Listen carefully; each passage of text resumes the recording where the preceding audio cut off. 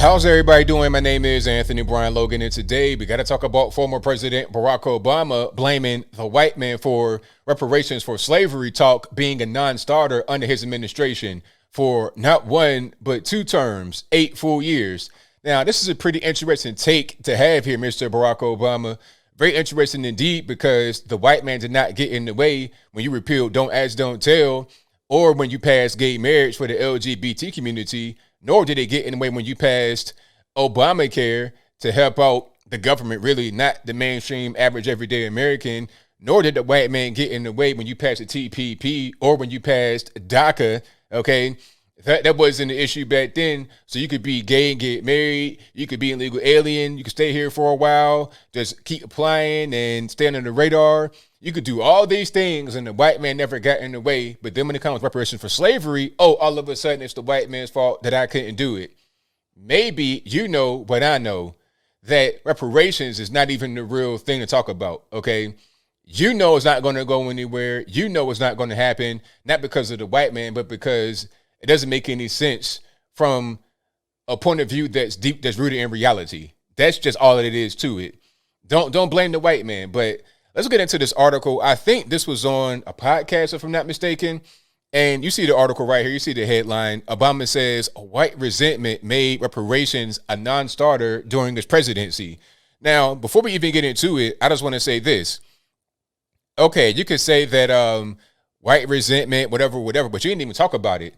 Okay, I remember when Trayvon Martin died, you said, he could have been my son. And when Black Lives Matter were tearing stuff up all over the nation, you said, well, you guys are doing a great job. Keep on going.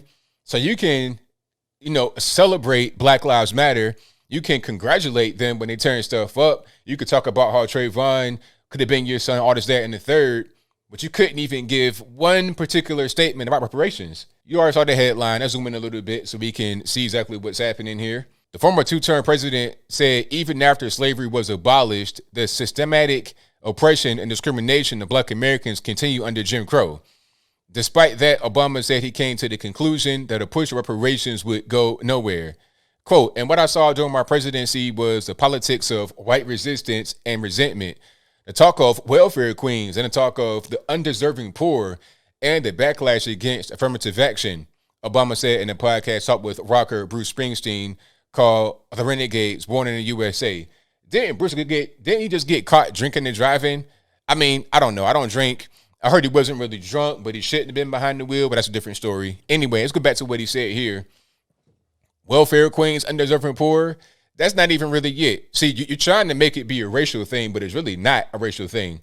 And I'll explain. There is an issue with the welfare state. That's a whole different problem than reparations. That's a whole different ball of wax. The welfare state is available for all Americans that fit certain criteria. So it's not even the race thing. You have white welfare queens, Black welfare queens, Hispanic, Asian, whatever kind of welfare queens. And what I mean by that is people that just live on the system and don't have any aspirations to go higher than what they're able to get under the current system. Okay, you have that going on, and that's an issue in itself.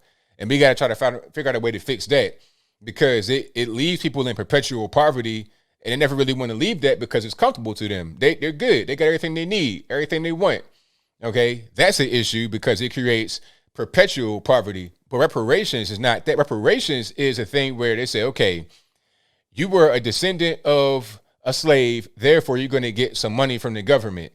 There's all kind of problems with that, but it's not the equivalent to the welfare state.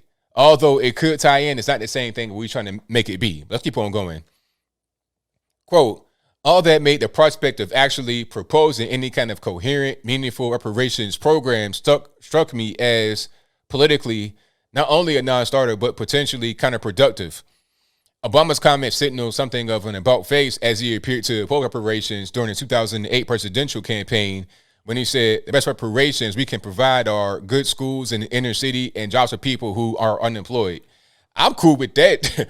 I am cool with that. All right. Jobs, good schools. What's wrong with that? I think everybody would want that, regardless of Black, white, Puerto Rican, candy stripe. Everybody would want that. So, I mean, what caused that about face, sir? The podcast was released Monday on Spotify. I'm not trying to promote this campaign, blah, blah, blah. Okay. So Sheila Jackson Lee has a bill out there talking about studying and creating proposals. All right. I'm gonna get to that in a minute. Let's read this right here. Quote, the commission shall examine slavery and discrimination in the colonies and the United States from 1619 to the present and recommend appropriate remedies. All right. Let's get back to the big screen here. Okay. I'm gonna address the last point there about the study first. I feel like it's a Democratic talking point. Whenever they get asked about reparations, they say, okay, we're going to do a study. We're going to look into it. We're going to see if it makes sense for us to do. Basically, they're brushing you off. They're not going to do anything. All right. When you're talking about illegal aliens and that community, things are done pretty quickly. All right. We're not going to do any more deportations. We're going to have amnesty for everybody that's here illegally. We're going to do DACA. We're going to do different things for you specifically. There's not going to be a study because they already know what the actual results are going to be. These DC people, they look into stuff all the time. They've been looking at it for years and years and years. All right. And reparations talk is not new talk. This has been around since what? 1865, the end of slavery. It's been around. 40 acres and the mule.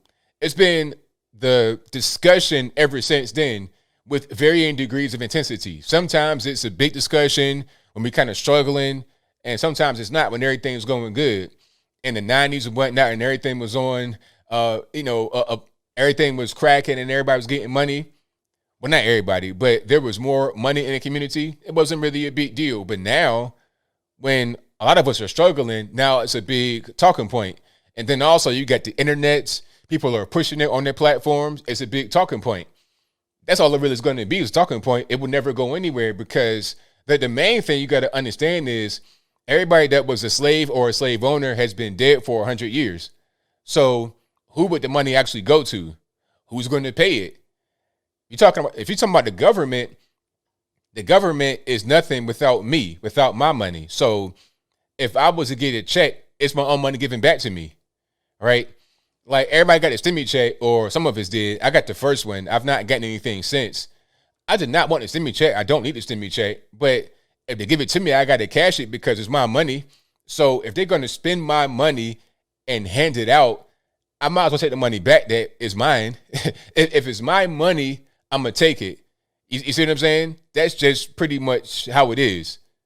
Because they might tax me on that, on my taxes anyway, so it's a wash. Either I take it or I don't, but I'll probably get charged regardless. It'd be the same thing with this. I don't want this. Like I said, if it's my money, it's my money. Somebody's going to say, hey, ABO, you going to return the check if you get it? It's my money. I can't return it because I'm going to get charged for it regardless, so it don't make a difference. But I don't want it. And like I was saying, who's going to actually pay it? Is it me? Is it white Americans? Who's going to pay this money? And most people in the country that are white came here after slavery was over with. There was a certain point in history where black people were the majority in many states in the South after slavery was over. South Carolina, I think Georgia, maybe even Florida.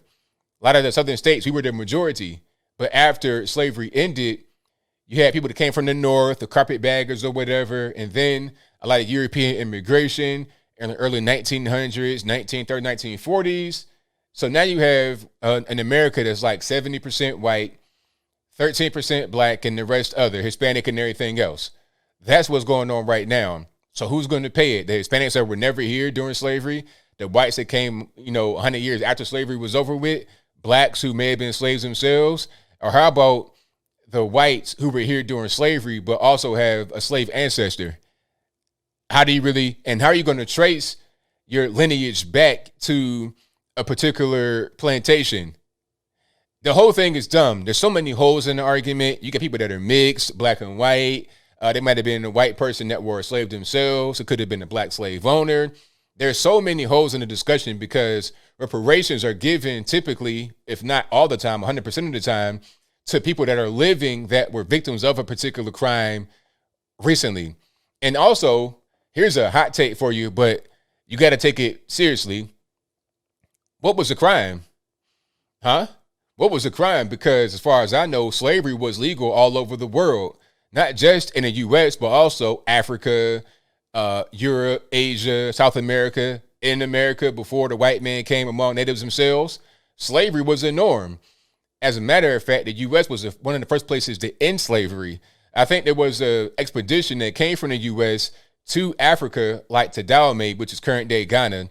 And a quick point about that, the Congressional Black Caucus, they wear the kente cloth. That is of the Ashanti in Ghana. And the Ashanti were slave traders. So the Ashanti, the Ashanti could have sold your ancestors into slavery and you put on the Ashanti garb. That's hilarious. So the whole thing is kind of silly by focusing on the U.S. only and not current day Ghana, Nigeria, Angola, etc., or the Kingdom of Great Britain or anywhere else.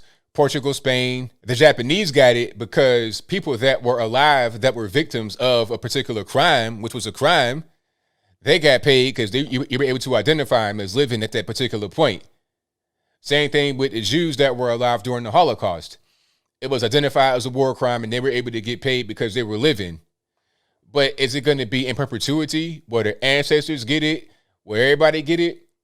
And my last point to tie on into the whole welfare queen thing is not the same thing as welfare because it's a matter of certain people that are entitled to a thing from the government, which ain't nothing but themselves. But anyway, is it even going to help if you were to get it? Because we got all kind of things going on right now. We got welfare, the welfare state, EBT, WIC, TANF, Section 8, food stamps. We got all these things going on. You got free K through 12, free college sometimes with Pell Grants and scholarships. You got all these things for free. Has it helped? Has it really helped? I'm seeing the decline in America, period. Not only among black folks, but especially among black folks. In 1960, you had about an 80% two-parent household rate, 1960. And now, 2021, you got nearly the reverse single-parent household rate. So from an 80% two-parent household rate in 1960 to a 75% single-parent household rate in 2021. And among white Americans, it was 5% single-parent household rate in 1960. And now it's a 25% single-parent household rate. And a 20% single-parent household rate for us back then in the black community was an emergency. It was a problem. It was a whole report written about it called the Moynihan Report.